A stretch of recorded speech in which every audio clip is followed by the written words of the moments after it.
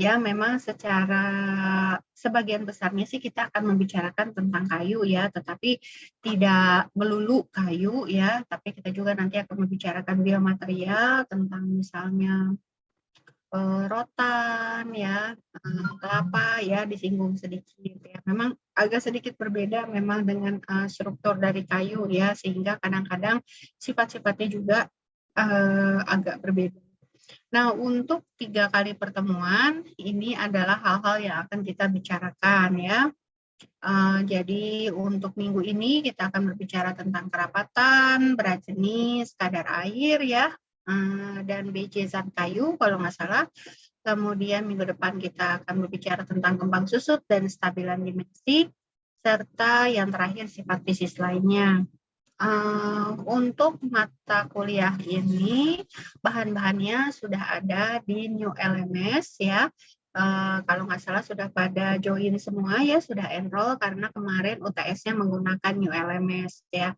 Jadi tinggal di-download aja materi Ibu, kemudian Ibu juga sudah menambahkan video-video praktikum ya. Karena kan mata kuliah ini tidak mensyaratkan atau tidak menginkludkan praktikum, sehingga kadang-kadang khawatir mahasiswa tidak kebayang seperti apa ya nguji di lab, walaupun sebenarnya kalau silvikultur sangat ini ya, maksudnya hampir mirip lah ya dengan hasil hutan. Banyak yang melakukan penelitian di lab, di rumah kaca ya. Ada beberapa sih yang di lapangan ya, tetapi mungkin lebih familiar dengan kerja di lab ya, tapi khawatir belum kebayang seperti apa, makanya Ibu mengupload juga video-video praktikum, silakan dipelajari ya, karena kan nanti para mahasiswa ini akan lulusnya itu sebagai sarjana kehutanan ya, bukan sarjana silvikultur, masih belum ya, mungkin nanti ke depannya akan ada pembagian seperti itu, tapi saat ini kita masih menganut sarjana kehutanan. Sehingga pengetahuan tentang hasil hutan, kayu maupun bukan kayu, juga harus menjadi salah satu pengetahuan yang dikuasai ya oleh seorang calon sarjana kehutanan. Sedangkan untuk hasil hutan, terutama kayu, itu memiliki ada 4 dasar sifat dasar, yaitu anatomi, kimia, fisika, dan mekanika ya. Jadi nanti yang selanjutnya adalah dosen dari mekanika kayu. Kemarin waktu kimia siapa yang masuk ke silvikultur? Dosennya? Setelah Pak Imam siapa? Pak Wasrin. Pak Wasli. Oh, Pak Wasrin. Oh ya, Pak Wasrin. Baik, nah berarti sudah ada 2 orang dosen yang masuk ya, Prof. Imam dan Prof. Wasrin ya. Nanti berikutnya Ibu dan mungkin nanti ada satu lagi ya, bisa Pak Dekan ya, atau Prof. Lina atau Pak Effendi. Baik, kita mulai saja ya. Nanti sih biasanya UAS-nya lewat New LMS lagi, biasanya akan ada 2 bagian, ada yang fisika, ada yang mekanika gitu ya. Dan kalau pengalaman Ibu sih untuk mahasiswa silvikultur biasanya tidak pernah ada masalah, bahkan rata-rata selalu bagus-bagus nilainya, lebih bagus, kalau dibandingin sama mahasiswa pautan yang lain, biasanya silvikultur paling tinggi nilainya, rata-rata kelasnya paling tinggi ya. Jadi Ibu sih tidak khawatir mengajar silvikultur ya, dan biasanya sih kakak tingkat yang lalu-lalu sih aktif ya, bertanya ya, kalau yang lain kadang-kadang diem aja. Cuma PJ-nya yang aktif ya, tapi kalau silvikultur biasanya lebih aktif ya. Jadi Ibu sih nggak khawatir lah dengan kelas silvikultur ya. Sudah terkenal ya. Kalau dilihat juga sering jadi lulusan terbaik Fakultas Kehutanan setiap wisuda ya. Kita hanya sekali-sekali aja nyolong dari silvikultur ya, waktu itu yang baru lalu itu dari hasil hutan, tapi itu setelah sekian lama dipegang oleh mahasiswa silvikultur, maksudnya lulusan silvikultur ya. Jadi memang silvikultur sudah terkenal lah ya, bahwa mahasiswanya kualitasnya bagus ya, attitude-nya juga bagus ya. Jadi insya Allah tidak akan ada masalah lah ya dalam proses perkuliahan, terutama di sifat dasar biomaterial. Baik, kita mulai saja ya. Jadi fisika kayu ya, fisika kayu atau kadang-kadang juga ada yang bilang kalau di textbook itu bilangnya physical properties ya atau sifat fisis. Nah, fisika kayu ini sebenarnya merupakan sifat yang berhubungan dengan respon kayu terhadap air dan faktor lingkungan ya. Faktor lingkungan di sini yang dilihat adalah suhu dan kelembaban, sehingga akan mempengaruhi wujud fisik dan penampilan ya. Jadi yang kita lihat itu selain misalnya wujud fisik juga ada beberapa. Jadi wujud fisik itu kan bisa dari hal-hal yang bisa kita lihat dari kasat mata ya, atau bisa juga tentang bagaimana performansnya, misalnya kembang susutnya, stabilitas dimensinya, itu juga termasuk ke dalam sifat fisis atau fisika kayu ini ya. Nah, sorry. Sebentar.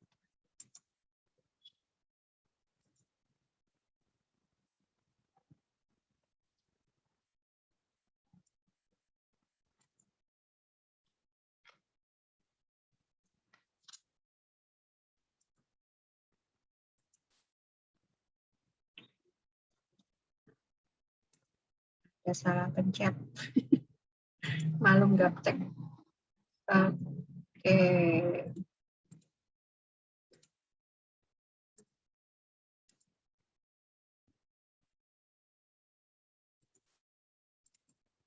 Ya. Nah, jadi penampilan itu berarti kita mulai dari sesuatu yang bisa kita lihat dengan kasat mata, misalnya warna, bentukan dari serat ya, kemudian juga mata kayu ya, dan saluran dama. Nah, warna ini sebenarnya adalah sesuatu hal yang bisa kita kendalikan, namun ada juga yang tidak bisa kita kendalikan ya. Jadi warna ini bisa berasal dari zat ekstraktif ya, tentunya Pak Wasrin sudah menyampaikan bahwa zat ekstraktif itu kadang bisa memberikan warna pada kayu, terutama pada kayu teras ya.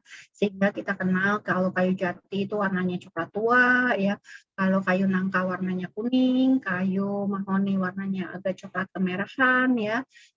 Kemudian apalagi ebony warnanya hitam ya.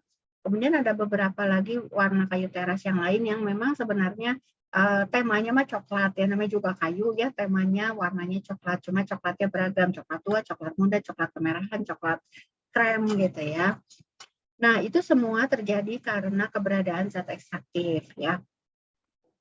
Nah, untuk zat ekstraktif sendiri itu adalah sesuatu hal yang tidak bisa kita kendalikan ya. Maksudnya begini, jadi si kayu itu membentuk zat ekstraktif tertentu di mana itu sudah merupakan informasi genetik yang memang sudah dipunyai dari awal ya. Jadi kita nggak bisa nyuruh atau membuat kayu jabon punya tektokuinon, itu nggak bisa ya. Tapi tetap aja tektokuinon itu dipunyainya oleh kayu jati ya, dan kayu nangka punya ekstraktifnya sendiri, begitu juga kayu-kayu yang lain. Dan itu sudah merupakan informasi genetik yang dibawa dari dulu, gitu ya. Kemudian bentuk serat. Nah, bentuk serat juga seperti serat lurus, bergelombang, ya. Itu semua juga merupakan sesuatu hal yang given, ya, tidak bisa kita otak-atik, gitu ya. Kemudian mata kayu juga adalah sesuatu hal yang kadang memang bisa ya kita kendalikan ya, beberapa teknik silvikultur atau perlakuan silvikultur bisa membuat kayu tidak bercabang ya, kan mata kayu itu adalah sesuatu hasil pertumbuhan cabang ya. Kalau yang belum pernah lihat mata kayu, nah inilah yang disebut dengan mata kayu. Nah, itu kan hasil pertumbuhan cabang. Nah, untuk cabang ini memang ada kecenderungan jenis tertentu bercabang gitu ya. Tetapi memang ada perlakuan silvikultur yang bisa membuat kayu tidak bercabang atau cabangnya tidak terlalu banyak. Misalnya dengan apa? Ada yang tahu perlakuan silvikultur yang bisa membuat pohonnya nggak banyak cabangnya? Ada yang tahu? Kira-kira apa? Perlakuan silvikultur. Apa? Pemangkasan, Bu. Pemangkasan. Oke, kalau pemangkasan berarti cabangnya udah ada terus kita pangkas. Boleh, itu bisa ya. Tapi dari awal kita membuat dia nggak bercabang. Caranya gimana? Kira-kira? Dengan jarak tanam ya. Kalau jarak tanamnya rapat, otomatis cabangnya biasanya tidak terlalu banyak ya. Tentunya kalau misalnya tadi udah banyak cabang, tadi Mbak siapa yang jawab tadi, Mbak siapa? Mbak Nabila ya? Iya, Bu, Nabila Kona. Oke, Mbak Nabila. Kalau misalnya sudah banyak cabangnya, ya boleh kita pangkas ya, atau di pruning namanya itu. Nah, kalau misalnya sudah dipangkas, biasanya kita akan memperoleh gambaran seperti ini di kayunya ya. Nah, kemudian saluran damar. Nah, itu juga suatu hal yang tidak bisa kita ubah gitu ya. Jadi kalau memang dari sananya sudah punya saluran damar ya mau nggak mau seperti pinus, agatis ya, itu adalah yang punya saluran damar. Pinus agatis itu termasuk kayu softwood apa hardwood ya? Softwood apa hardwood? Agatis itu softwood. Agatis itu softwood, benar banget Mas Rian. Agatis itu softwood sama dengan pinus ya. Sedangkan kalau kayu hardwood itu adalah seperti sengon, jabon, dan yang lain-lainnya ya. Kita punya pinus sama agatis banyak ya di hutan pendidikan Gunung Walat ya.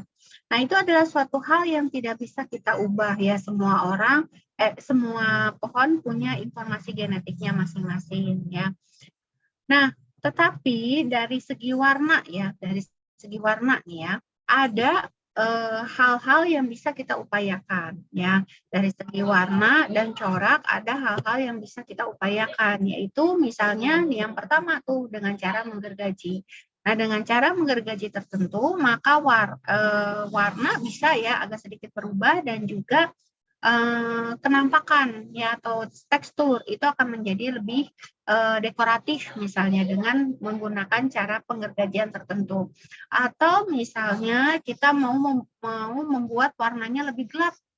Nah, itu bisa kita lakukan juga, misalnya dengan menggunakan perlakuan panas, atau biasa dikenal di textbook atau di jurnal, kita menyebutnya dengan heat treatment, atau misalnya menggunakan bahan kimia tertentu, misalnya asam asetat, atau furfuryl alkohol, ya, dalam metode asetilasi atau furfurilasi itu membuat warnanya juga menjadi gelap. Atau menggunakan teknik fumigasi dengan menggunakan amonia itu juga warnanya menjadi lebih gelap gitu ya. Jadi kalau warna dari ekstraktif itu sudah alami, sudah tertentu, tetapi ada sesuatu hal yang bisa kita upayakan juga gitu ya. Nah, ini tadi ya bentuk serat ya. Bentuk serat ini adalah serat yang disukai, itu sebenarnya adalah serat yang lurus-lurus ya. Jadi makanya kenapa si jati, mahoni itu banyak menjadi bahan baku mebel itu karena seratnya lurus-lurus ya.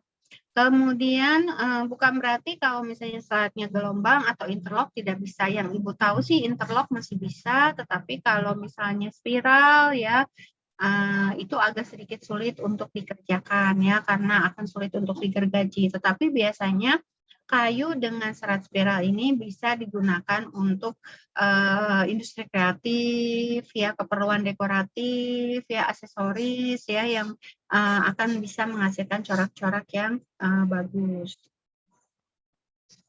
Nah, dari cara menggergaji ya ada dua hal ya yang bisa kita terapkan ya, yaitu kita menggergaji dengan dua metode sehingga menghasilkan papan yang berbeda. Yang satu ada yang disebut dengan papan tangensial, yang satu ada yang disebut dengan papan radial. Papan tangensial bisa kita sebut dengan flat zone atau plane zone ya.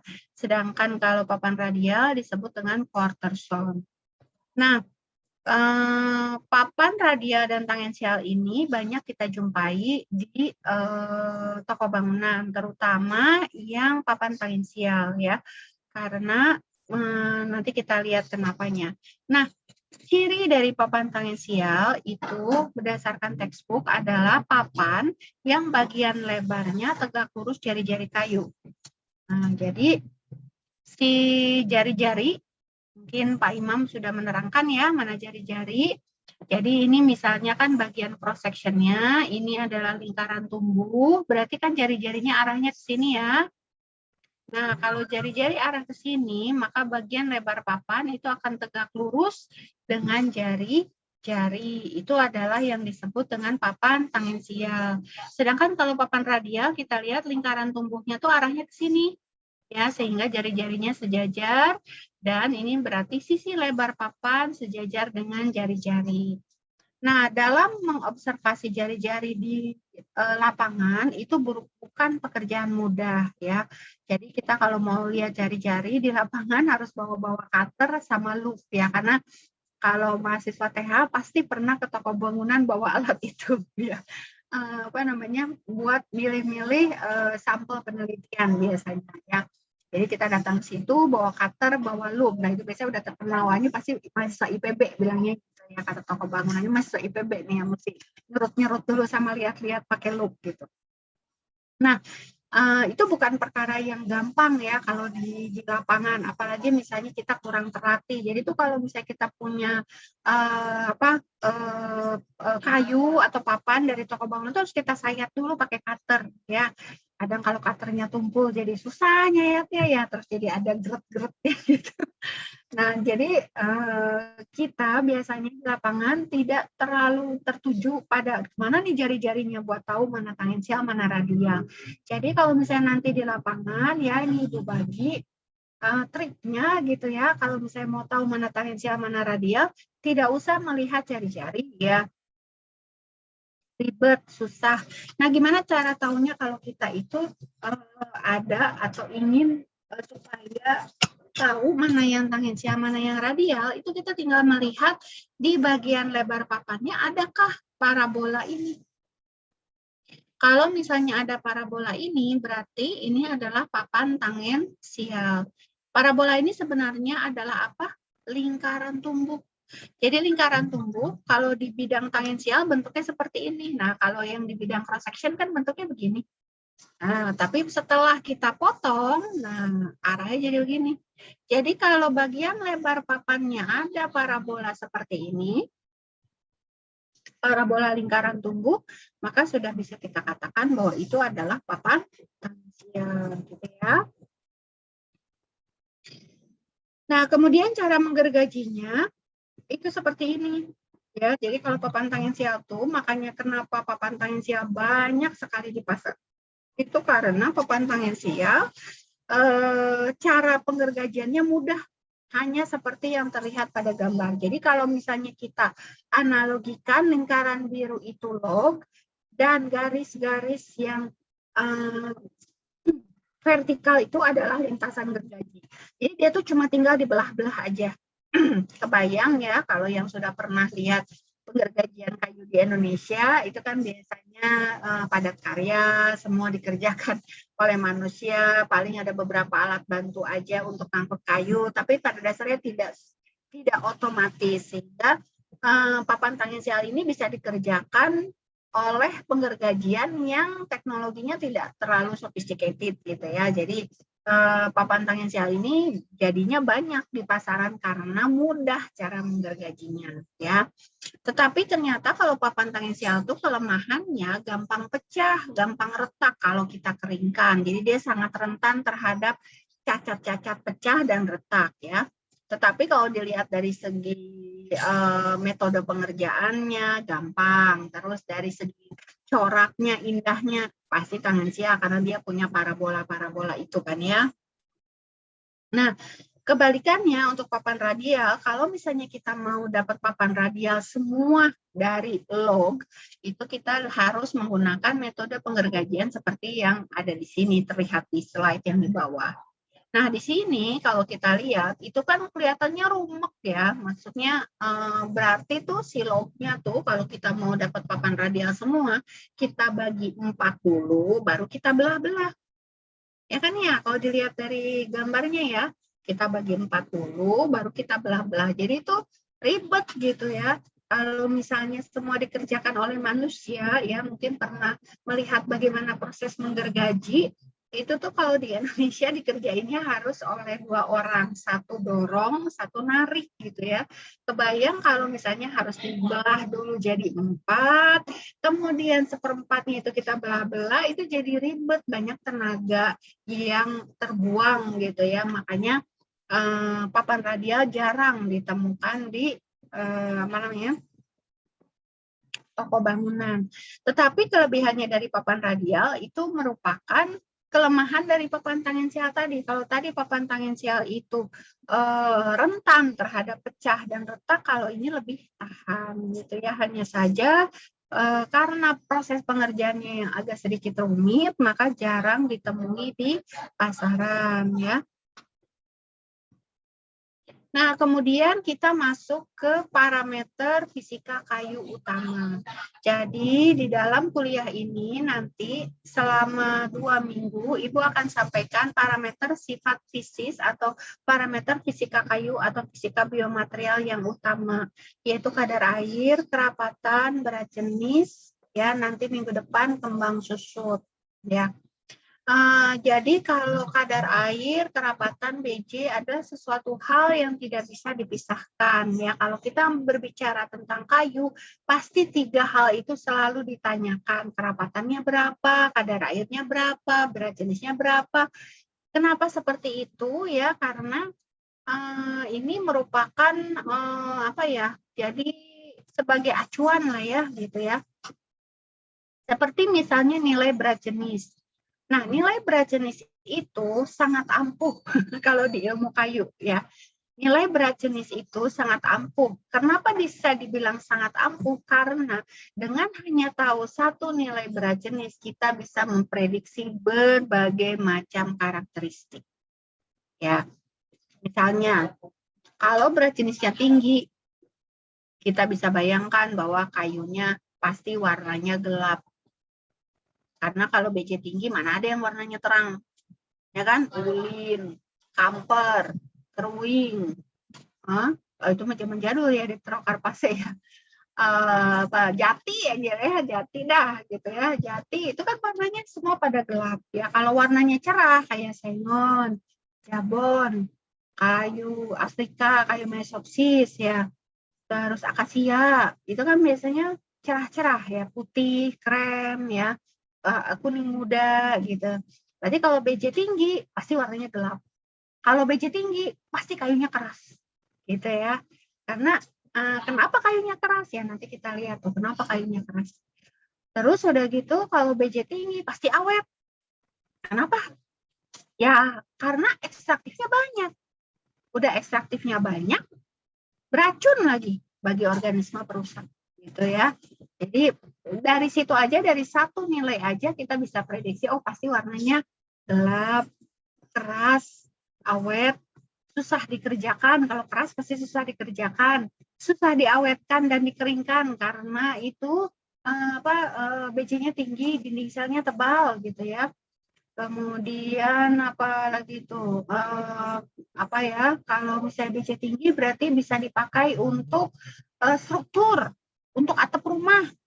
Terus juga apa namanya, bisa buat jembatan gitu ya. Jadi dengan satu nilai aja kita bisa memprediksi berbagai macam. Makanya kenapa disebut sebagai parameter utama fisika kayu ya. Nah, lalu yang itu nanti ya, ini yang kadar air dulu. Nah, kadar air ini itu juga banyak dipakai sebagai kriteria di dalam suatu proses penggunaan.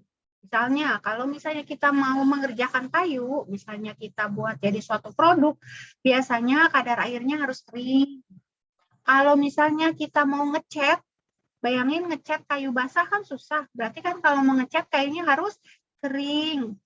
Gitu. Terus kalau misalnya kita mau mengawetkan, biasanya kayunya juga harus kering. Gitu ya. Dan kadang-kadang nanti nih ya, kalau misalnya di sifat mekanis ya, kekuatan kayu, itu parameter kadar air itu sangat menentukan. Karena kalau berubah nilai kadar airnya, nilai kekuatan kayunya juga akan berubah. Gitu. Makanya kenapa kadar air ini juga disebut sebagai parameter utama. Ya. Jadi seharusnya seorang sarjana kehutanan harus tahu gimana caranya menghitung nilai kadar air, gimana caranya menguji nilai kadar air, apa itu kadar air, definisinya apa, jenisnya apa aja, gitu ya. Apakah bisa menggunakan peralatan tertentu untuk bisa memperoleh nilai kadar air, gitu ya. Ada yang destruktif, ada yang non destruktif, itu harus diketahui semua, gitu ya. Nah, secara definisi kadar air itu adalah banyaknya atau jumlah air yang terkandung di dalam kayu yang dinyatakan sebagai persentase terhadap berat kering tanur. Nah, berat kering tanur itu adalah berat yang bisa kita peroleh, tetapi harus dengan bantuan alat tertentu, yaitu oven. Karena berat kering tanur itu adalah berat kayu tanpa air. Nah, bayangin ya, berat kayu tanpa air. Jadi kita tidak bisa dengan menjemur kayu di luar, terus kita dapat BKT, nggak bisa. Karena kalau kayu di luar dengan hanya dijemur matahari itu suhunya tidak mencapai 100. Ya. Sedangkan air menguap di suhu 100. Jadi kita tidak bisa menjemur kayu kan bisa aja misalnya gini. Ya kalau masuk oven kan misalnya cuma 1 hari. Nah, mungkin kalau dijemurnya seminggu bakalan jadi BKT. Ya enggak lah, sampai kapan juga. Karena apa? Karena suhu dan kelembaban di luar tidak mampu membuat suatu molekul air menguap gitu ya. Jadi tetap harus kita menggunakan oven gitu ya. Nah, jadi ovennya itu suhunya juga tertentu, suhu ovennya. Karena kita harus butuh suhu 100, maka suhu oven harus sedikit aja di atas 100 ya, yaitu 103 plus minus 2 derajat Celcius ya. Suhunya adalah 103 plus minus 2 derajat Celcius. Ya, harap dicatat ya, tidak ada di PPT. Ya, 103 plus minus 2 derajat Celcius, itu kalau kita buat rentangnya, itu antara 101 dan 105 derajat Celcius. Kenapa 101, Bu? Karena kan yang mau kita hilangin air. Jadi harus di atas 100. Kalau di bawah 100, ya airnya nggak akan menguap sampai kapan juga. Kenapa nggak boleh lebih dari 105, Bu? Karena yang mau kita uapkan hanya air, bukan yang lain. Kalau suhunya di atas 105, khawatir ya degradasi komponen kayu yang lain terjadi gitu loh. Makanya karena yang mau kita hilangin hanya air, maka kita batasi antara 101 dan 105. Tidak boleh kurang dari 101 karena yang mau kita hilangin air, yang punya titik didih 100. Tidak boleh lebih dari 105 karena takutnya nanti ngerusak yang lain. Itu karena benar-benar yang mau kita rekod datanya adalah berat kayu tanpa air, alias kalau nanti sepanjang kuliah ini Ibu menyebutnya dengan istilah BKT, berat kering tanur. Ya, kalau di textbook biasanya nanti ada istilah oven dry. Berarti hasil dari pengeringan oven, ya. Nah, kemudian di dalam kayu itu ternyata memang mengandung air. Sebenarnya yang kita sebut kayu itu apa ya? Bagian apanya pohon sih yang kita sebut kayu itu? Silem kah? Phloem? Atau kambium? Yang kita sebut tiga-tiganya, Bu. Tiga-tiganya? Tiga-tiganya. Iya. Oh, tiga-tiganya. Jadi silem iya, phloem iya, kambium iya. Iya. Oke. Ada lebih ke kambium sih. Hah? Gimana Mas Rian? Lebih ke kambiumnya. Sebenarnya kan tiga-tiganya kalau pohon. Iya. Baik, ada pendapat lain?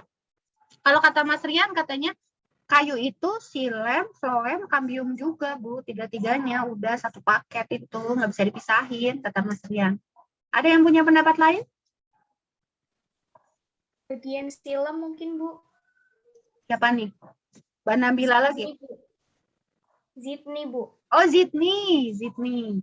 Oh, namanya kayak Zidni. Oh iya. Mbak Zidni. Iya, silem. Betul, Mbak Zidni. Silem aja. Karena kalau floem sama kambium tuh tipis banget di luarnya. Ya, jadi yang dimaksud dengan kayu, yang kita sebut kayu, itu sebenarnya adalah silemnya si pohon. Nah, silem itu apa silem? Silem itu apa? Jaringan pengangkut. Betul. Siapa tuh yang jawab? Zaki, Bu. Zaki. Aduh, terima kasih banget Mas Zaki. Betul Mas Zaki. Jaringan pengangkut. Bisa diterusin nggak Mas Zaki? Pengangkut apa Mas Zaki? Tahu saya silem itu jaringan pengangkut untuk tumbuhan buat menyebarkan ke seluruh bagian pohon tanaman. Ketuker tuh sama floem. Oh iya, maksudnya kayak dari akar tadi, Bu. Iya, betul. Silem itu menghisap air dan hara dari akar ke daun untuk proses fotosintesis ya. Kalau yang hasil fotosintesis itu urusannya floem ya. Nah, jadi silem itu pada dasarnya yang kita sebut dengan kayu. Dan ternyata silem itu ternyata jaringan pengangkut. Pengangkutnya pengangkut air lagi. Jadi mau nggak mau, yang namanya kayu pasti ada airnya. Orang waktu dia hidup juga tukang ngangkut air jaringan itu. Nah, berarti si kayu memang secara alami mengandung air. Ya, dan air di dalam kayu itu ada beberapa jenis. Ada air bebas. Atau kalau di textbook, di jurnal disebutnya dengan free water. Sesuai dengan namanya ya. Karena free water, maka kita terjemahkan air bebas. Air bebas adalah air yang ada di rongga sel. Jadi kalau di sifat fisis nih, fisika kayu, sering banget kita nanti dinding sel, rongga sel gitu ya. Nah, karena kita memang fokusnya di situ, dinding, rongga gitu ya. Nah, jadi si kayu banyak mengandung air. Di kayu ada 3 jenis air. Yang pertama air bebas, air yang terdapat di rongga sel atau lumen. Bentuknya kayak apa, Bu? Bentuknya sama kayak air di suhu ruangan. Yang kita lihat, yang kita minum. Gitu ya. Kemudian ada lagi yang disebut dengan air terikat. Sesuai dengan namanya, berarti terikat oleh sesuatu. Dan biasanya kalau air terikat itu adanya di dinding sel. Atau biasa disebut dengan bond water. Nah, terikat oleh apa? Nanti kita akan lihat. Lalu yang ketiga adalah uap air. Nah, uap air ini biasanya adanya di atas air bebas.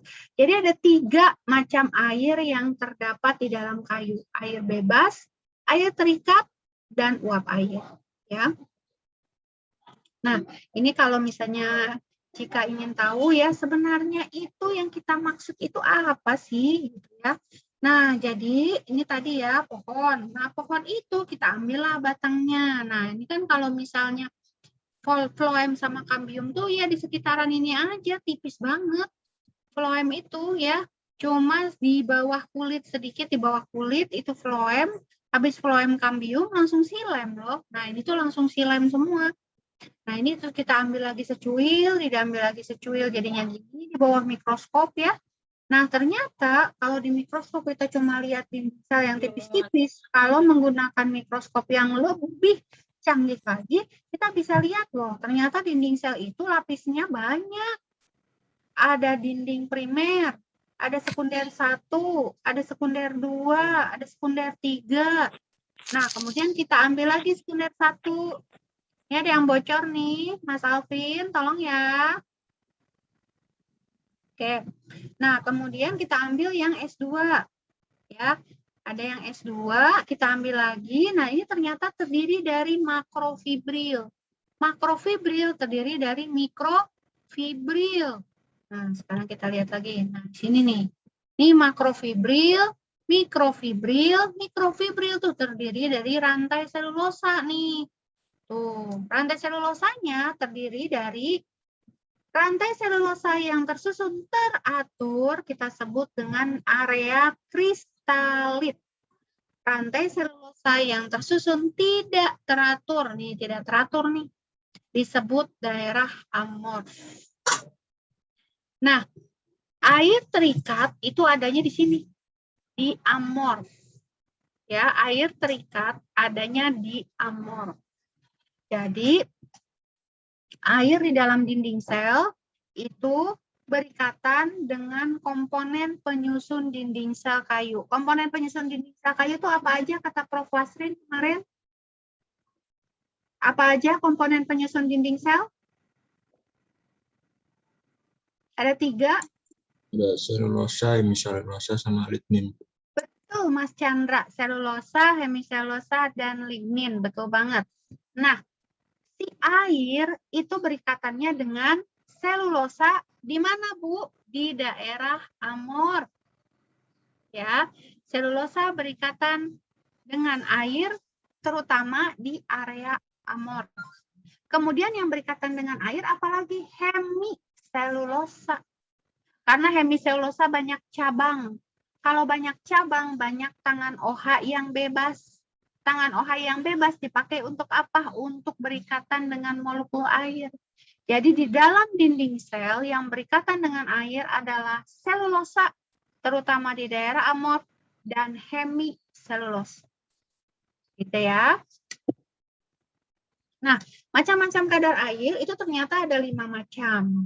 Ya, ada yang kita sebut dengan kadar air segar, kadar air maksimum, kadar air titik jenuh serat, TJS, titik jenuh serat, kadar air kering udara, KU, kadar air kering tanur, KT. Nah, nilainya ini sudah Ibu sampaikan di tabel, ya bisa dilihat sendiri.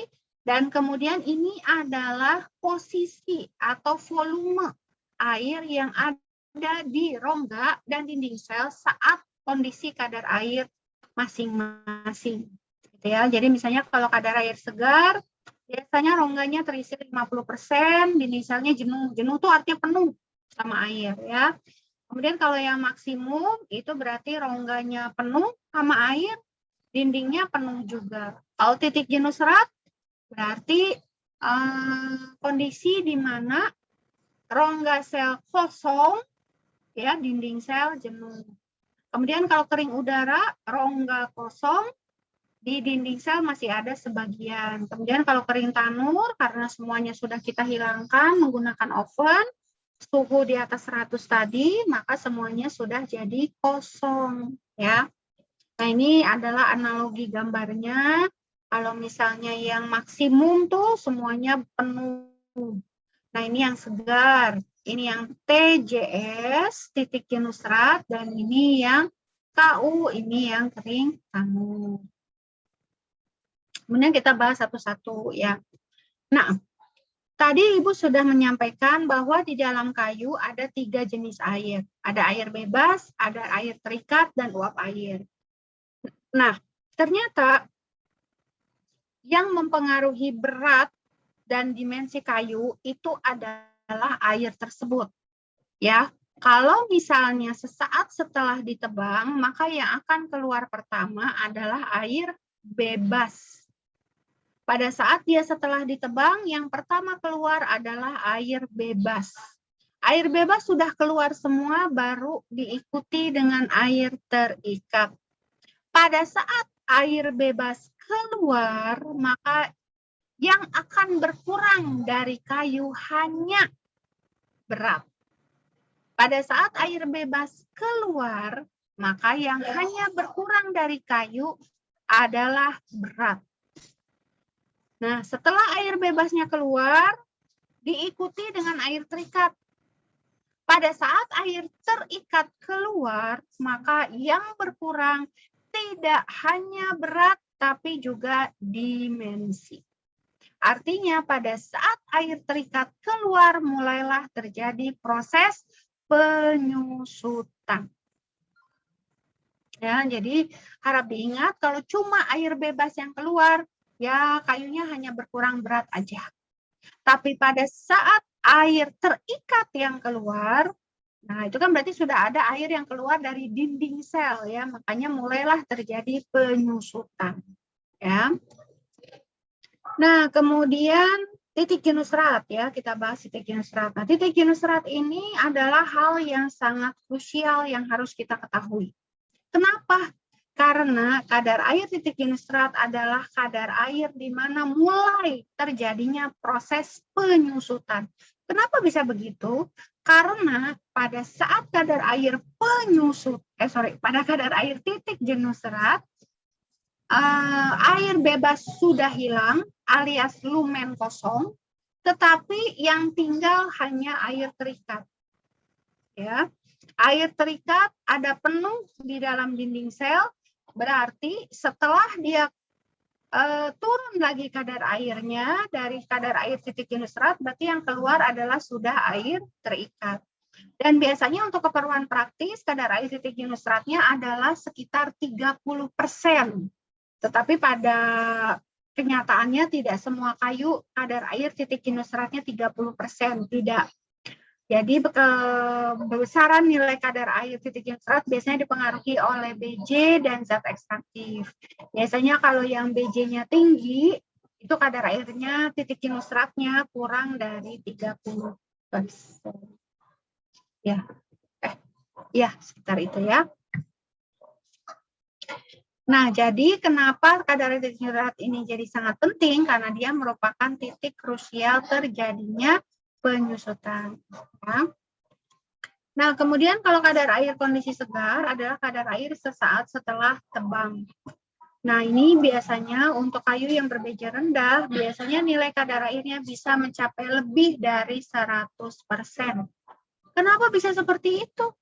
Karena, ya, jadi harap diingat nih, bahwa nilai kadar air itu tidak sama dengan kadar-kadar yang lain. Nilai kadar air itu bisa lebih dari 100% karena penyebut dari rumus nilai kadar air bukan berat awal, tetapi apa? Berat kering tanur. Sehingga pada saat kita menghitung nilai kadar air bisa saja nilainya lebih dari 100. Bukan suatu hal yang berarti kita salah ngitung, salah rumus, tidak. Ya, karena penyebut dari rumus nilai kadar air bukan berat awalnya, tetapi berat kering tanur. Bahkan ada ibu pernah menghitung nilai kadar air 200, 300 ya. Dan itu bukan suatu hal yang salah gitu ya, karena memang seperti itu adanya. Nah, kemudian kalau kadar air maksimum itu sebenarnya adalah kadar air teoritis. Jadi di dalam kenyataannya tidak ada yang rongga sel jenuh, dinding sel jenuh itu tidak ada. Karena kalau sampai kejadian katanya pohonnya mati. Mungkin mas-mas, mbak-mbak silvikultur bisa lebih paham dari ibu ya. Karena kan lebih menguasai fisiologi tumbuhan. Kalau ibu lebih ke kalau udah ditebang baru mulai ilmunya. Tapi kalau silvikultur kan mulai dari benih ya, dari kecil, jadi kan pasti mengamati langsung ya. Katanya kalau misalnya kadar air maksimum itu adalah hal yang teoritis. Kalau sampai rongga selnya jenuh, maka pohonnya katanya mati. Jadi itu sebenarnya hanya teoritis aja. Kemudian ada lagi yang kita sebut dengan kadar air kering udara. Nah, kadar air kering udara ini merupakan kadar air yang sangat penting. Kenapa kita nyebutnya semua aja penting ya, Bu Istini ya? Iya, karena gini, terkait dengan kadar air kering udara, ada satu hal yang ingin Ibu perkenalkan. Ya, yaitu ada salah satu sifat dari kayu yang kita sebut dengan istilah higroskopis. Apa tuh higroskopis? Higroskopis itu bahwa si kayu itu mampu menyerap dan mengeluarkan air dari dan ke dalam lingkungannya. Gitu ya. Jadi kayu itu selalu ingin setimbang dengan kondisi lingkungan walaupun sudah jadi produk. Walaupun sudah jadi meja, kursi, mebel, daun pintu, daun jendela, selalu ingin setimbang. Makanya kenapa mungkin di rumah kakek nenek ya, itu yang masih menggunakan kusen kayu, pernah kalau musim hujan susah ditutup, baik pintunya, baik jendelanya. Kenapa bisa demikian? Itu gara-gara higroskopis. Jadi, si kayu itu, padahal kan sudah dicat ya, mana ada pintu sama jendela atau kusen yang belum dicat. Kalau udah dipakai, pasti dicat. Tetapi, secuil aja ada kayu yang tidak kena cat, maka itu bisa menjadi tempat masuknya air. Jadi pada saat musim hujan, kondisi lingkungan kan lembab tuh. Banyak hujan kan kondisi lingkungan lembab. Nah, si kayu itu lewat lubang yang kecil itu akan menyerap air. Sehingga daun pintu, daun jendela sepertinya kalau musim hujan membesar dari ukuran kusennya. Jadi susah ditutup. Kalau musim kemarau, kebalikannya, dari lubang yang kecil itu air akan keluar. Ya, air akan keluar sehingga mudah lagi ditutup pada musim kemarau. Gitu ya, ini karena higroskopis. Nah, gimana Bu caranya supaya nggak seperti itu? Karena ini merupakan suatu kelemahan dari kayu ya, bahwa stabilitas dimensi dari kayu itu rendah, mudah dipengaruhi oleh kondisi lingkungan. Salah satu caranya yaitu dengan mengeringkan kayu. Mengeringkan kayunya sampai ke kadar air 0%, Bu. Bukan. Pada saat kita mengeringkan kayu sampai ke kadar air kering udara. Karena di kadar air kering udara, itu kadar air kayu sudah sama dengan lingkungannya. Berarti tidak higroskopis lagi. Ya, sehingga persoalan tentang kalau musim hujan susah ditutup, musim kemarau gampang ditutup lagi tidak akan terjadi karena si kayu sudah setimbang dengan lingkungannya. Karena kita bawa-bawa kondisi lingkungan, maka kadar air kering udara ini sangat tergantung pada lokasi. Nggak sama loh antara kadar air kadar air kering udara Indonesia dengan luar negeri nggak sama. Gitu ya, kalau di kita kadar air kering udaranya sekitar 12 sampai 18. Tapi kalau di luar negeri, di Amerika bisa 6, bisa 8, bisa 10%.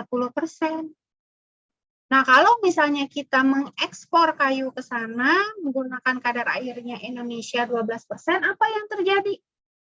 Menyusut sampai Amerika. Kalau menyusut di luar batas kemampuannya, pecah, retak.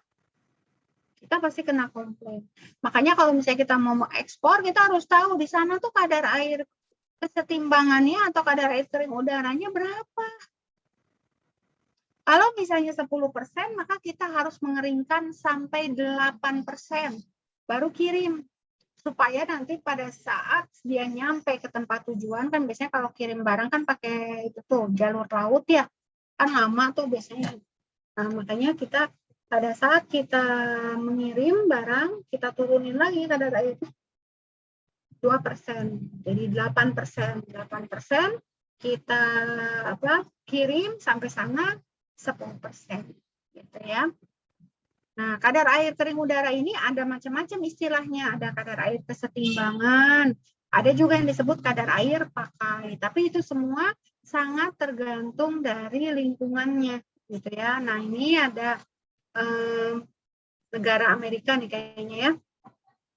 Nah, di sini Amerika sudah punya petanya ya, berapa kadar air kering udara di masing-masing negara bagian. Nah, kita tinggal pilih, kita mau pilih ekspor ke negara bagian mana ya, dan itu yang harus kita patuhi gitu ya. Jadi jangan sampai kita mengekspor dengan kondisi kadar air Indonesia, ya pasti sampai sana menyusut ya produk kita.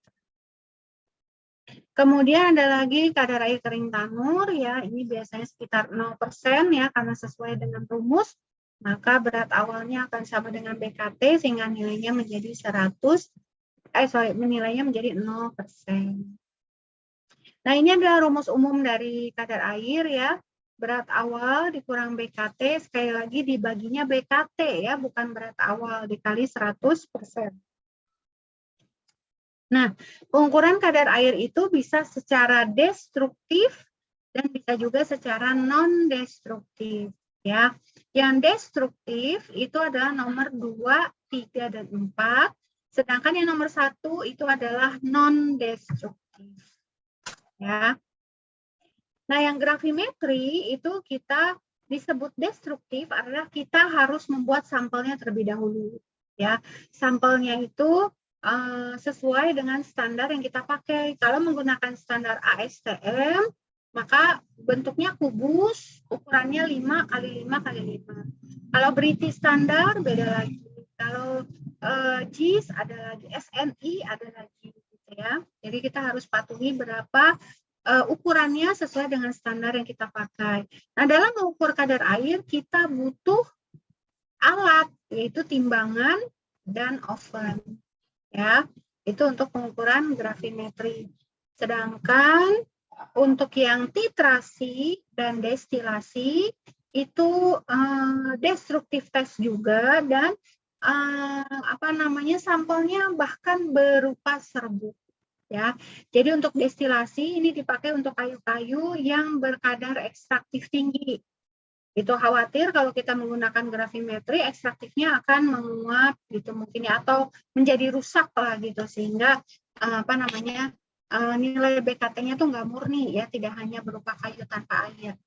Nah, untuk yang destilasi ini kelebihannya memang teliti. Tapi kelemahannya kalau tadi ya gravimetri dengan menggunakan contoh uji kubus ya, kita masukkan ke dalam oven sampai beratnya konstan, itu biasanya kita butuh waktu 2 hari untuk tahu berapa nilai kadar air. Ya. Sedangkan kalau destilasi sama titrasi lebih lama lagi ternyata. Ya. Jadi terus terang kami di departemen belum pernah mencobakan metode ini. Ini terlalu sophisticated ya, dan banyak peralatan gelas yang dibutuhkan, banyak bahan kimia yang dibutuhkan, padahal dengan gravimetri saja itu sudah merupakan metode yang layak untuk dipakai di penelitian, praktikum, dan segala macam. Ya. Jadi kalau untuk destilasi kita biasanya merendam serbuk yang akan dihitung kadar airnya di sini, kemudian dipanaskan, kemudian nanti uapnya akan naik, kemudian didinginkan oleh air dingin mengembun, lalu kita tampung.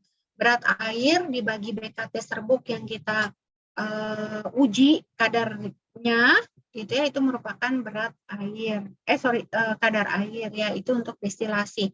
Sedangkan kalau untuk titrasi, ini biasanya untuk kayu yang mengandung zat ekstraktif yang volatil. Volatil itu artinya mudah menguap. Sehingga kita khawatir kalau kita menggunakan gravimetri, itu si ekstraktifnya akan menguap. Nah, ini alat gelas yang dibutuhkannya lebih sophisticated lagi, lebih banyak lagi gitu ya. Kemudian juga bahan kimianya juga butuh banyak gitu. Jadi kita menggunakan Carl Fisher reagent di sini ya, seperti mentitrasi, kita masukkan ke sini tetes demi tetes sampai ada perubahan warna. Ya, setelah itu dihitung berapa banyak iodin yang dimasukkan gitu ya.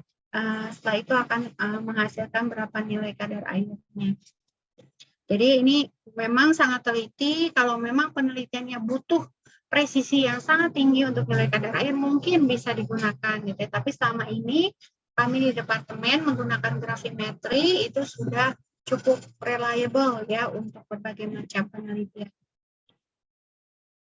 Nah, ini adalah yang non-destruktif. Kalau tadi Ibu bilang menggunakan gravimetri aja butuh 2 hari, apalagi pakai destilasi titrasi yang butuh mingguan.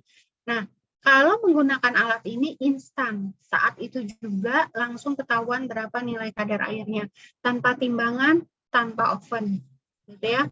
Ada 2 jenis moisture meter yang bisa kita gunakan, itu ada moisture meter tipe resistant type dan power loss. 2 moisture meter ini punya prinsip kerja yang agak sedikit berbeda. Kalau resistant type itu tahanan listrik, kalau power loss konstan tadi listrik, nanti kita akan bahas di minggu ke sekarang 8 ya, 8 9 10 ya, minggu 10 gitu ya.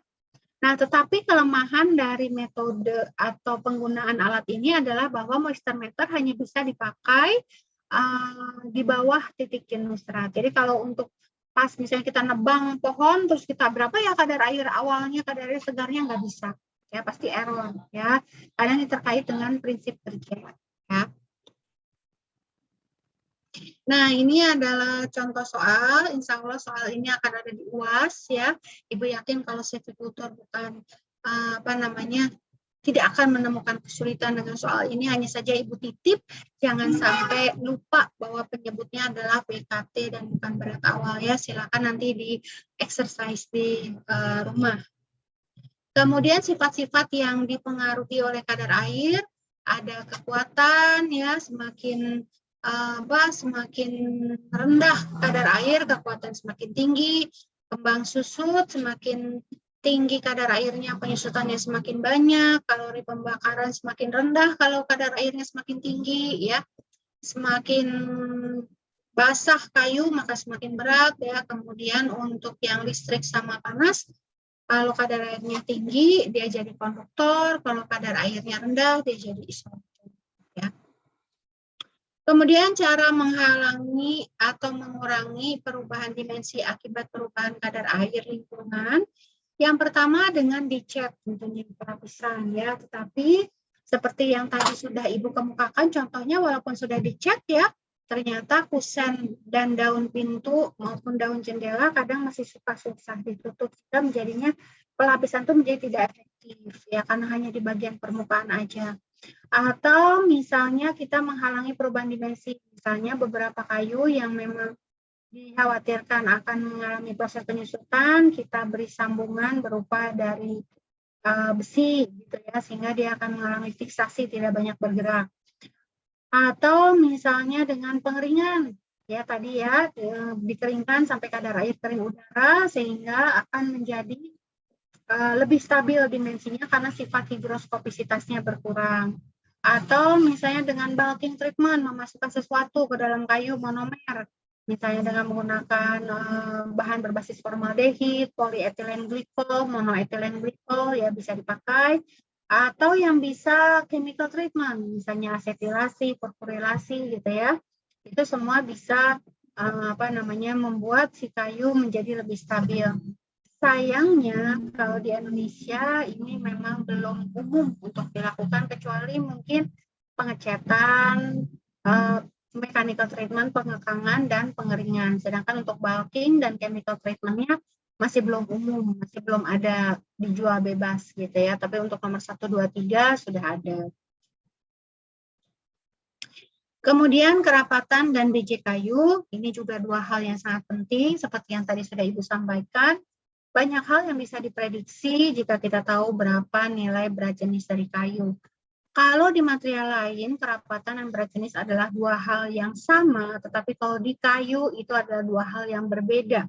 Kenapa? Karena higroskopis tadi.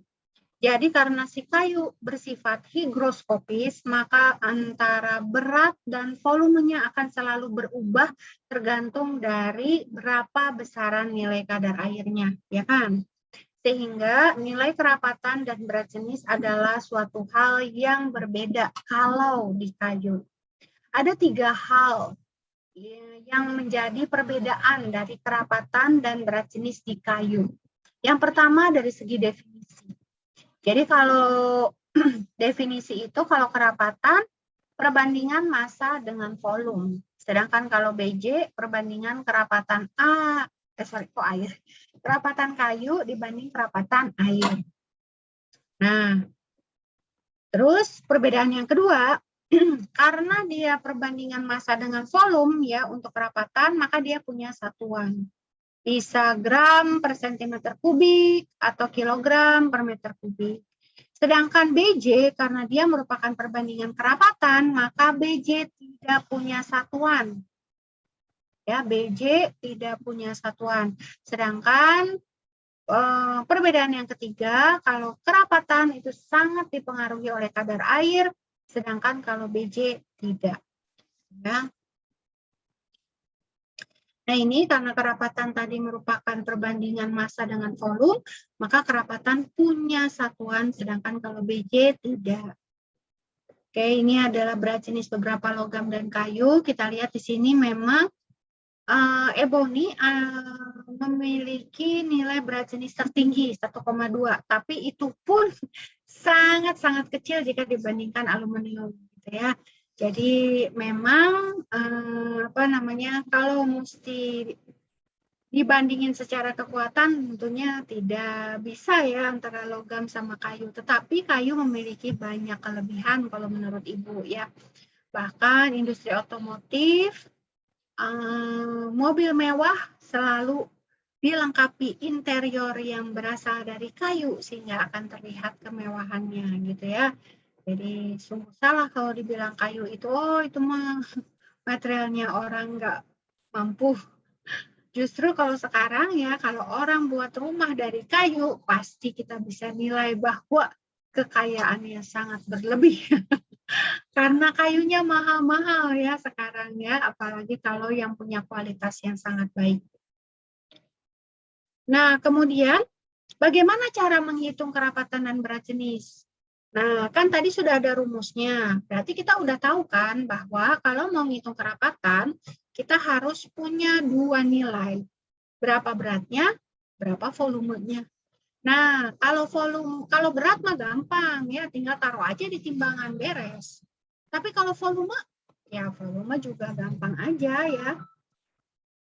Volume juga gampang ya, karena tinggal misalnya ngitung pakai jangka sorong misalnya, ya bisa tuh gitu ya. Nah, jadi kalau misalnya bentuk sampelnya berupa kubus ya, kita bisa menggunakan berbagai metode untuk perhitungan volume. Tetapi sebelumnya kita harus mencelupnya dulu dengan parafin ya supaya pengukuran volume kita tidak berpengaruh dengan masuknya air. Nah, berbagai macam perhitungan volume itu bisa menggunakan jangka sorong ya. Jangka sorong atau biasanya kalau di DHH disebutnya dengan kaliper. Nah, kalau menggunakan kaliper kita tinggal P-nya berapa, L-nya berapa, T-nya berapa, tinggal dikalikan, nanti akan memperoleh nilai volume ya.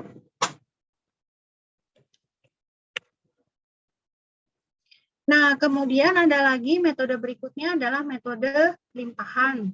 Ya, di sini kalau metode limpahan, jadi kita buat sedemikian rupa wadahnya yang ada corongnya gitu ya. Kemudian kita celupkan contoh ujinya, nanti si air akan luber.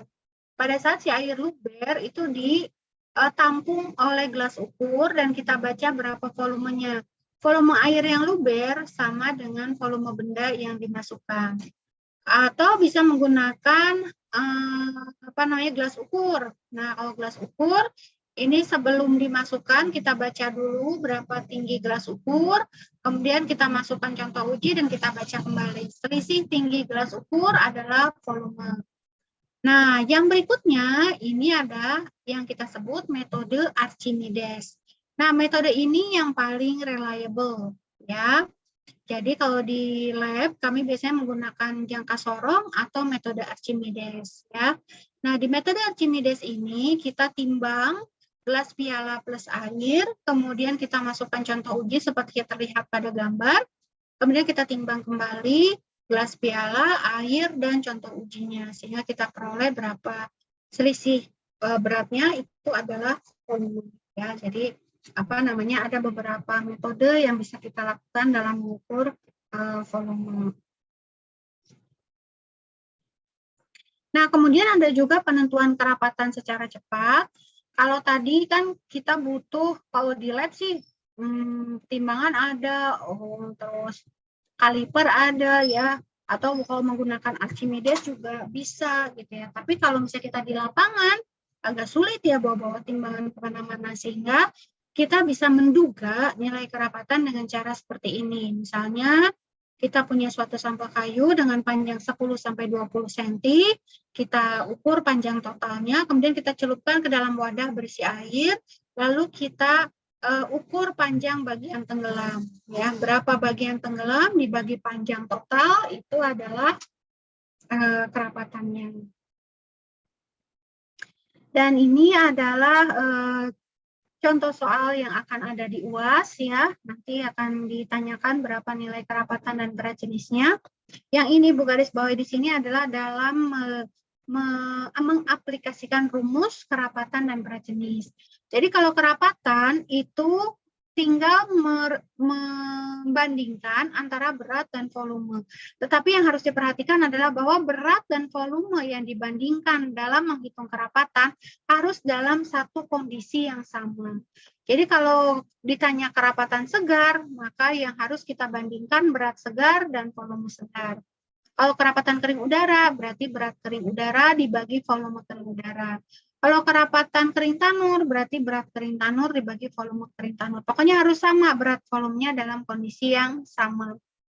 Nah, kemudian dalam menghitung BJ nih, sama berat sama volume juga. Tetapi kalau tadi berat dan volumenya harus dalam kondisi yang sama, kalau BJ ini tidak harus dalam kondisi yang sama. Ya, jadi untuk BJ kita harus selalu menggunakan BKT. Ya, dan volumenya biasanya menggunakan volume segar, tapi ada juga yang menggunakan volume kering udara.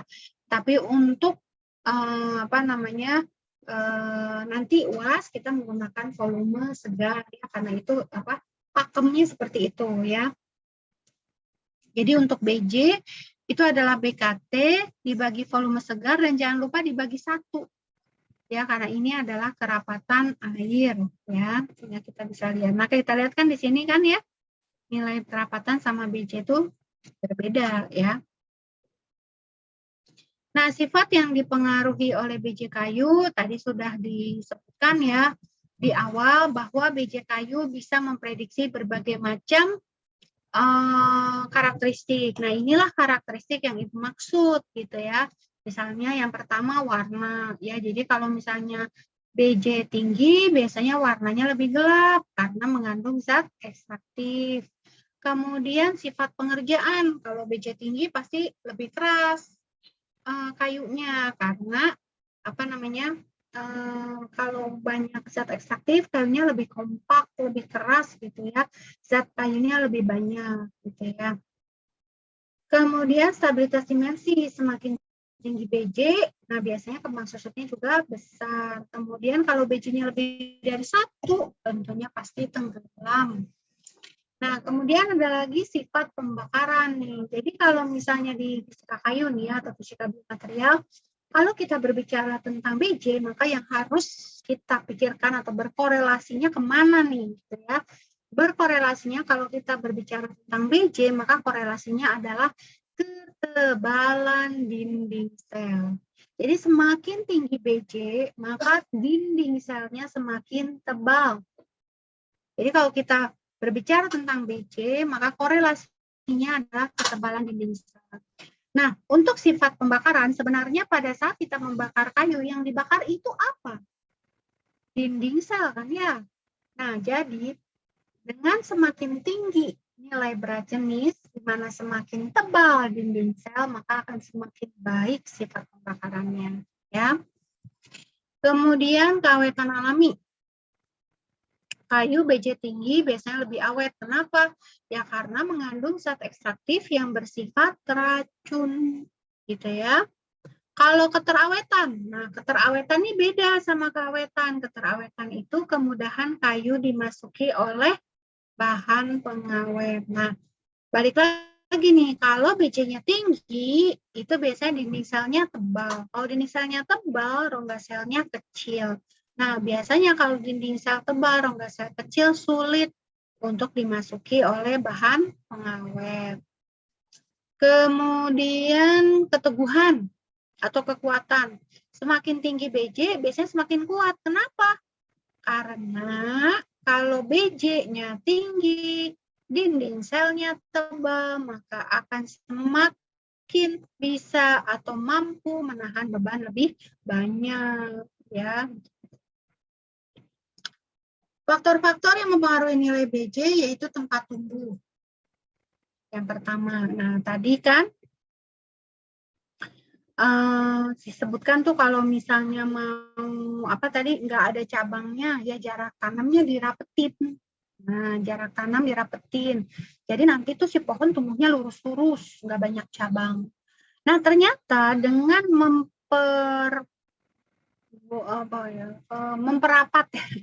dengan merapatkan jarak tanam, ternyata kita bisa membuat pohon jadi lurus, tidak banyak cabang, dan ternyata juga bisa meningkatkan nilai berat jenis. Kenapa bisa gitu? Ya, karena berdasarkan hasil penelitian, kalau pohon ditanam di jarak tanam yang rapat, maka segala sesuatu dia harus bersaing, harus usaha dulu. Ya, mau air, usaha dulu, rebutan sama pohon di sekitarnya. Mau matahari, harus tinggi-tinggi supaya nggak kesilep, gitu ya. Mau hara, harus juga rebutan di dalam tanah. Semua serba berjuang. Nah, kalau semua serba berjuang seperti itu, maka si pohon akan cenderung membentuk dinding sel tebal, rongga sel kecil alias BJ-nya lebih tinggi. Tapi kalau yang biasa enak, jarak tanamnya renggang, udah cabangnya banyak ya. Memang ukuran diameternya besar-besar, tetapi BJ-nya rendah. Karena apa? Karena rongga selnya aja yang gede-gede. Dinding selnya mah tipis gitu ya. Kemudian kadar air. Dengan bertambahnya kadar air, maka akan bertambah volume dan berat kayu. Ya, jadi kerapatan kalau kondisinya segar biasanya paling tinggi. Kemudian sedikit di bawahnya adalah kering udara dan sedikit di bawahnya adalah kering tanah. Kemudian kadar ekstraktif, semakin banyak ekstraktif, maka biasanya BJ-nya semakin tinggi. Makanya biasanya kayu teras itu lebih tinggi berat jenisnya dibanding kayu gubal. Kemudian tebal dan kerapatan struktur. Jadi kalau misalnya kayu eboni ini kelihatan kan tebal ya. Nah ini biasanya maksudnya lebih banyak zat kayu ya dibanding pori-pori itu kan. Atau dia porinya kan lebih kecil. Nah itu berarti berat jenisnya lebih tinggi dibanding kalau jabon. Kalau jabon tuh pori-porinya lebih besar. Kemudian kecepatan tumbuh. Nah, kenapa fast growing species itu BJ-nya lebih rendah? Karena kalau fast growing species itu secara informasi genetiknya memang sudah diset bahwa dia harus membentuk sel yang rongganya besar-besar. Supaya apa? Supaya lebih cepat gede diameternya. Makanya 7 tahun sengon bisa 40 cm. Padahal harusnya 1 cm, yang umum itu 1 cm cuma setahun. Ini bayangin, 7 tahun 40 cm. Ya, betapa cepatnya tumbuhnya gitu ya. Nah, itu memang secara informasi genetik ya membuat sel-sel yang rongganya besar-besar. Kalau rongganya besar, dindingnya pasti tipis. Kalau tipis, berarti BJ-nya rendah. Kemudian ada proporsi kayu awal dan kayu akhir. Nah, bagi yang belum pernah lihat kayu jati, ini adalah kayu jati secara makroskopis bila kita lihat dengan menggunakan lup. Nah, di sini ada kayu awal dan kayu akhir. Jadi kayu jati itu punya 2 macam sel. Tidak hanya jati yang punya seperti ini, sungai dan juga gemelina itu mirip. Ya, strukturnya seperti ini, punya kayu awal dan kayu akhir. Yang disebut kayu awal nih yang ini. Ya, yang lubangnya besar-besar. Yang kayu akhir yang ini. Ya. Kemudian garis yang ke bawah itu adalah jari-jari, sedangkan garis yang melintang adalah lingkaran tumbuh. Nah, kalau di daerah tropis kita belum yakin ya kalau satu periode ini terjadi dalam waktu 1 tahun.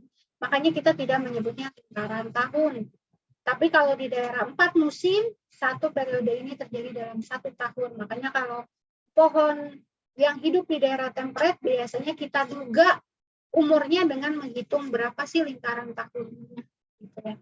Tapi kalau di tropis, ini kita belum yakin. Ini tuh setahun, apa setahun 2, apa setahun 3. Gitu ya. Jadi makanya kita lebih safe menyebutkan lingkaran tumbuh. Nah, ini ada kayu awal sama kayu akhir. Kayu awal itu apa sih? Kayu awal itu adalah masa silem yang dibentuk pada awal masa pertumbuhan. Kalau kayu akhir itu adalah masa silem yang dibentuk pada akhir masa pertumbuhan. Sehingga kalau misalnya kayu awal ini lebih banyak daripada kayu akhir, maka biasanya BJ-nya rendah. Tapi kalau kayu akhir yang lebih banyak, maka BJ-nya tinggi. Kenapa demikian?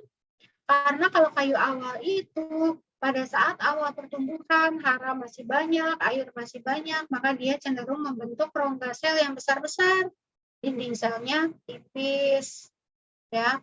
Nah, tapi kalau misalnya kayu akhir, karena sudah di akhir masa pertumbuhan, hara susah, air susah, maka si jati membentuk rongga sel yang kecil, dinding selnya tebal. Ya, makanya kalau semakin banyak kayu akhir, maka akan menjadikan BJ-nya lebih tinggi. Sekarang Ibu mau tanya, nah ini jati ya. Jati Jawa Barat sama jati Jawa Timur, mana yang berat jenisnya lebih tinggi? Silakan. Yang bisa jawab. Ayo, 90 orang loh. Jati Jawa Barat dan jati Jawa Timur, mana yang BJ-nya lebih tinggi? Jawabannya cuma 2, Jawa Barat atau Jawa Timur. Nggak usah susah. Jangan memilih tidak menjawab. Kalau memilih tidak menjawab, artinya tidak ada proses berpikir. Kalau milih terus salah, nggak apa-apa. Sudah ada prosesnya. Kalau milih dan benar, ya itu namanya beruntung. Itu aja. Ya, jadi tapi jangan tidak memilih. Itu namanya tidak ada proses belajar. Ya. Silakan. Kalau mau Jawa Timur, boleh Bu. nggak, Bu? Jawa Timur, Mas Rian Jawa Timur. Ada lagi jawaban lain? Enggak, Bu, saya tadi belum jawab. Itu Aldi. Oh, Aldi. Sorry. Aldi Jawa Timur, Aldi. Iya. Oke, nggak usah malu-malu atau ya. Aldi Jawa Timur. Mas Rian mau jawab? Mau tanya dulu, Bu. Kalau misalnya berat jenis itu tergantung sama ini nggak sih, Bu, kelembapan? Kalau berat jenis itu? Oh, kelembaban udara maksudnya? Iya. Kayaknya nggak terlalu ya.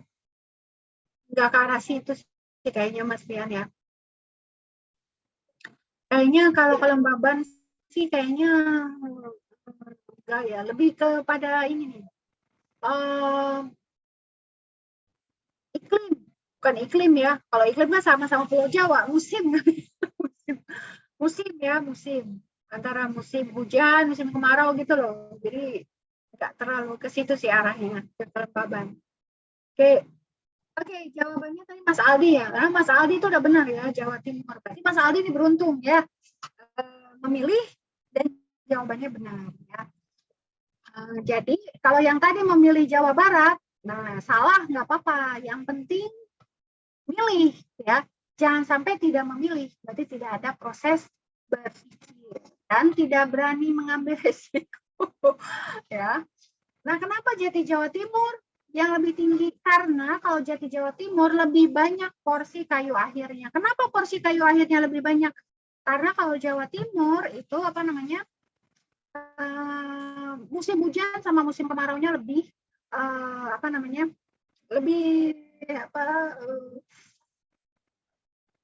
lebih perbedaannya tuh lebih nyata gitu loh ya kalau Jawa Timur ya. Jadi kalau Jawa Barat kan kayak hujan sepanjang tahun, kadang April juga hujan, Februari hujan, Januari banjir gitu kan. Emang iya ya Januari banjir ya. Kadang kan suka begitu ya. Nah, jadi si jati Jawa Barat akan lebih banyak memproduksi kayu awal gitu ya. Jadi lebih kepada apakah lebih banyak tertekan yang mana gitu. Jadi sebenarnya bukan karena kelembaban ya. Tadi Mas Rian ada nanya juga pertanyaannya bagus ya. Kadang-kadang Ibu kalau ngajuin pertanyaan begini di UAS, jawabannya gitu. Karena kalau ini kelembabannya tinggi, terus airnya masuk ke pohon, terus kalau kadar airnya tinggi, maka berat jenisnya rendah. Benar sih, berat jenisnya rendah Jawa Barat, tapi bukan itu gitu loh, alasannya bukan itu gitu ya. Jadi lebih kepada misalnya kalau kembali lagi, kalau misalnya dia lebih banyak sengsara gitu ya, makanya otomatis dia akan lebih banyak kayu akhir gitu ya. Kalau di Jawa Timur itu kan tanahnya berpasir, kalau nggak salah suhu udara juga lebih lebih tinggi gitu ya. Mungkin lebih cocok di situ memang kayu jati gitu. Sebenarnya kalau di Jawa Barat dia kurang cocok gitu ya, karena kalau Jawa Barat kan lebih banyak hujannya gitu ya. Jadi makanya lebih kepada kondisi lingkungan ya. Jadi kalau kondisi lingkungannya lebih kering, lebih susah si jati itu, maka biasanya BJ-nya lebih tinggi daripada yang banyak air, banyak hara. Itu mah pasti BJ-nya lebih rendah gitu ya. Baik, nah ini satu lagi ya sebelum Ibu akhiri, itu ada BJ zat kayu. Nah tadi kita sudah berbicara tentang kerapatan, BJ ya. Sekarang ada lagi nih satu istilah yang kita sebut dengan BJ zat. Jangan sampai salah, BJ zat tidak sama dengan BJ kayu. Tadi waktu kita membicarakan tentang BJ dan kerapatan, BJ lah ya, itu kita melihat bahwa contoh ujinya kubus. Nah, berarti di dalam BJ kayu, kita menghitung kayu secara whole, secara utuh. Zat kayu sama rongga. Tetapi kalau BJ zat kayu, yang kita hitung hanya zat kayunya aja, alias dinding selnya aja, alias selulosa, hemiselulosa, ligninnya aja. Ya, jadi rongganya nggak ikut. Ya, jadi kalau BJ kayu, kita menghitung BJ secara utuh, BJ kayu secara utuh, zat kayu dan rongga, tetapi kalau BJ zat, itu hanya zat kayu aja. Ya, sedangkan zat kayu aja itu untuk semua kayu, bahkan semua yang berlignoselulose itu terdiri dari selulosa, hemiselulosa, dan lignin. Jadi nilainya untuk BJ zat kayu 1,5 untuk semua. Mau kayu balsa, mau kayu ulin, eboni, jati, mahoni, sengon, jabon, afrika, ya, mindi, akasia mangyum, semuanya 1,5. Lah, kenapa bisa sama, Bu? Bukannya tadi kalau jati 0,6, eboni 1,2, sengon 0,3, ini apalagi, Bu? Oh, 1,5. Jadi, kalau kayu itu hanya terdiri dari zat kayu, maka nilainya 1,5. Ya. Kemudian masuklah yang kita sebut dengan rongga. Pada saat rongga masuk, kalau rongganya banyak, maka BJ kayu itu jadi rendah, 0,3, 0,4. Kalau rongganya dikit, maka jadilah BJ tinggi, 1,0, 1,2. Tetapi pada dasarnya, kayu, mau di kayu sengon, mau di kayu eboni, sama-sama terdiri dari selulosa, hemiselulosa, dan lignin. Ya, penyusunnya tuh sama, itu aja gitu ya. Jadi BJ zat kayu itu memperlihatkan itu. Sebenarnya kita butuh data BJ zat kayu juga untuk melihat kapasitas sih sebenarnya, berapa banyak cairan nanti yang bisa diabsorb oleh suatu jenis kayu gitu ya, atau suatu sampel kayu gitu ya. Itu nanti. Cuma yang ini Bu, garis bawah di sini adalah jangan sampai bingung ya antara BJ kayu dan BJ zat kayu. Jadi kalau BJ kayu itu kayu plus rongga gitu. Sedangkan kalau BJ zat kayu hanya zat kayu aja, sehingga karena komponen penyusun kayu di semua kayu di seluruh dunia ini sama, itu aja, selulosa, hemiselulosa, lignin, maka nilai dari BJ zat kayu itu sama untuk semua jenis, 1,5 ya. Ada sedikit perbedaan, tetapi itu karena perbedaan pelarut. Nanti ini ada video praktikumnya, silakan dilihat ya, mungkin akan memberikan banyak, kan cuma lihat mah gampang ya. Kayaknya sih nggak tahu ya, nggak perlu download kayaknya, cuma tinggal klik doang ya. Terus apa namanya, sudah ada di YouTube juga sebenarnya, sudah Ibu masukkan ke YouTube ya, oleh tim kami sudah dimasukkan ke YouTube, jadi bisa dilihat gitu gimana cara perhitungan BJ zat kayunya gitu. Jadi kebayang lah apa yang disebut zat kayu. Jadi kalau zat kayu itu sampelnya juga berupa serbuk, beda sama BJ kayu. Baik, itu saja mungkin yang bisa Ibu sampaikan. Maaf ya, terlalu banyak berbicara.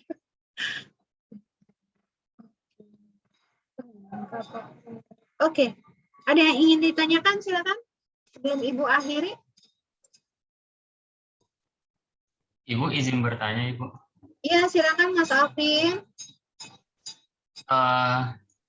Izin bertanya tentang ini yang tadi berat jenis kayu, yang antara berat jenis zat kayu dan berat jenis kayu doang.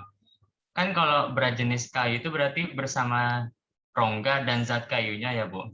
Nah, itu katanya bahwa pada dasarnya semua zat kayu pada semua kayu itu adalah sama. Tapi kan maksudnya saya belum paham, Bu, kalau ternyata kan rongga kayu itu kan beda-beda. Nah, logikanya itu kan berarti semakin sedikit rongga kayu berarti kan kayak wadah untuk air itu kan berarti semakin kecil. Nah, itu tapi kenapa jumlah zatnya bisa tetap sama ya dengan yang rongga kayunya lebih banyak kayak gitu, Ibu? Terima kasih, Ibu. Baik. Jadi, kalau misalnya kayu itu hanya terdiri dari zat kayu saja, seperti yang Ibu bilang, maka itu BJ-nya bisa mencapai 1,5 BJ zat kayu tanpa rongga ya.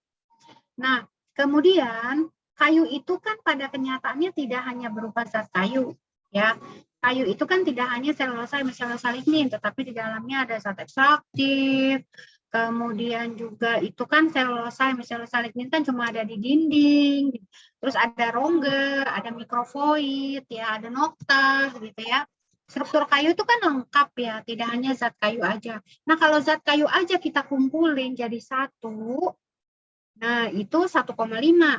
Tetapi pada dasarnya atau pada kenyataannya kan tidak seperti itu ya. Di struktur kayu itu lengkap, ada rongga, ada apa namanya zat ekstraktif, ada mikrovoid, ada noktah, semuanya masuk situ blek gitu ya. Nah, sekarang zat kayu udah ada rongga di dalam nih ya. Ini zat kayu nih yang 1,5. Kemudian masuklah rongga sini ya, masuklah rongga. Nah, kalau rongganya banyak, persentase rongganya banyak, seperti yang terjadi pada kayu sengon dan jabon, dan fast growing species yang lain, maka biasanya berat jenisnya jadi rendah.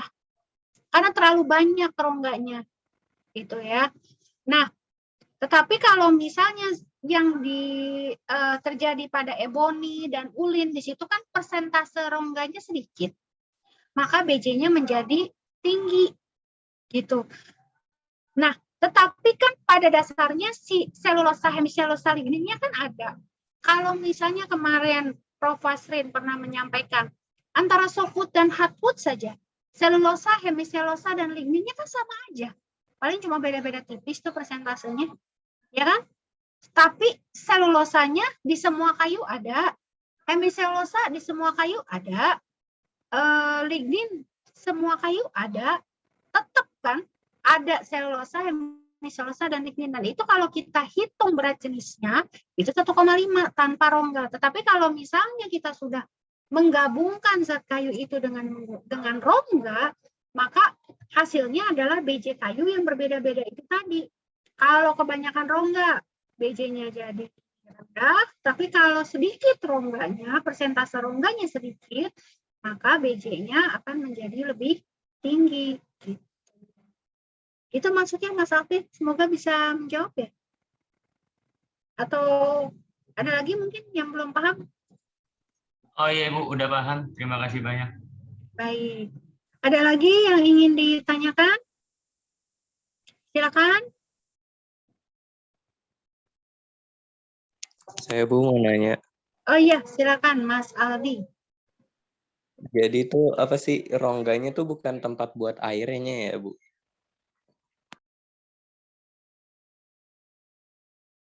Rongga itu buat tempat air kan tadi rongga itu isinya ada air bebas ya. Jadi di dalam kayu itu ada zat kayu, ada rongga gitu.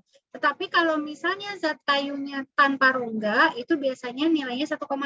Tetapi kalau misalnya sudah termasuk rongga di dalamnya, tergantung persentase rongganya itu sendiri gitu. Jadi gimana ya?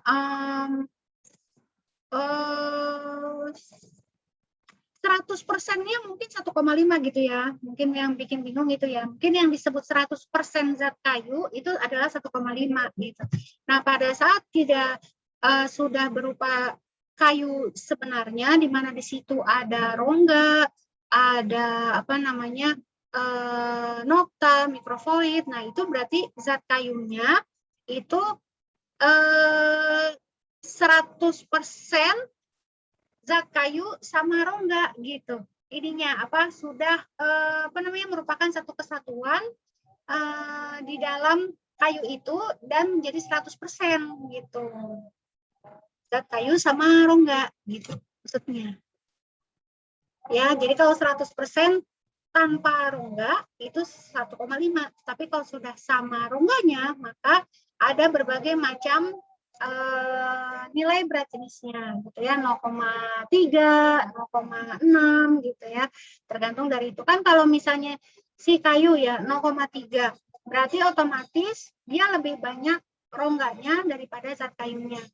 Nah, lebih banyak rongga daripada zat kayu itu artinya dinding selnya itu tipis. Tetapi di dalam dinding sel tipis itu tetap ada selulosa, hemiselulosa, dan lignin dengan persentase yang sama. Ya, persentasenya sama, ininya kisarannya antara persentase selulosa, hemiselulosa, lignin antara yang ada di sengon dengan yang ada di ulin misalnya. Tetap sama itu persentasenya, misalnya si selulosanya misalnya 40 ya, 40%, terus si itunya 40%, ligninnya 20% misalnya gitu. Tapi tetap aja persentase di kayu yang kerapatannya atau berat jenisnya rendah dengan yang berat jenisnya tinggi tetap sama. Cuma kalau di sengon akan lebih banyak lubang-lubangnya, rongga-rongganya gitu. Kalau si ulin itu lebih sedikit. Itu aja sih. Semoga bisa menjawab ya, Mas Aldi.